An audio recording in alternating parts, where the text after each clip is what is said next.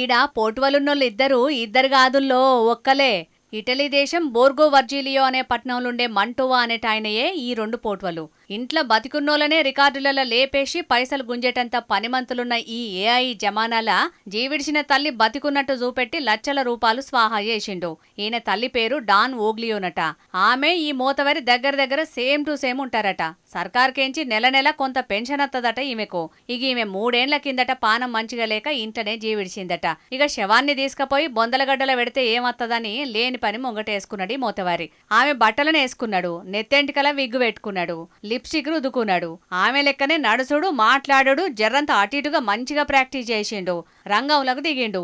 3 ఏండ్లలో ఎవ్వరికి అనుమానం రాకుండా ఆ తల్లి పేరు మీద వచ్చే పింఛన్ పైసలు 80 లక్షల రూపాయలు సర్కార్ తానకు గుంజిండు. ఈ నడుమ ఓ ఆఫీసర్కి అనుమానం కొట్టిందట. ముసలవ్వేంది ఇంత అల్కగా నడుతున్నది, కుతికేంది మొగోళ్ళ లెక్క మిమిక్రీ చేస్తున్నది అని అనుమానం వచ్చిందట. మెల్లగా ఈమె మీద ఓ నజరేసిర్రు. ఎట్లా నడుతున్నది ఏం కథ అని బుడ్డ కెమెరాలలో చూసి పసిగట్టిర్రు. ఫారాలు నింపాలే, ఒక పారి ఆఫీస్కు రామ్మా అని పిలిపించిర్రు. అట్నుంచటే స్టేషన్కు తోలుకపోయిర్రు. ఆమె కాదు ఆయన అని పర్షాన్ అయ్యిర్రు. అటెంక మోతవారి ఇంటికి పోయి షెకింగ్ చేసి పోలీసోళ్లే గుడ్లు తేలేసిర్రు. దీంట్లో ఇంకోటి విషయం ఏందంటే తల్లి శవాన్ని కూడా ఇంట్లోనే దాచిపెట్టి ఈజిప్టు మమ్మీ లెక్క మార్చిండట.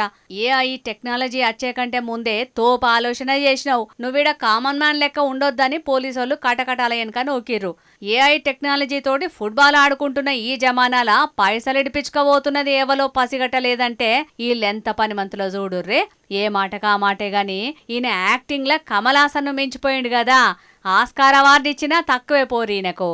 ఈ ముచ్చట మీ మరల కంట్ల పడితే యాట్ కమలాసన్ అని అంటుండొచ్చు.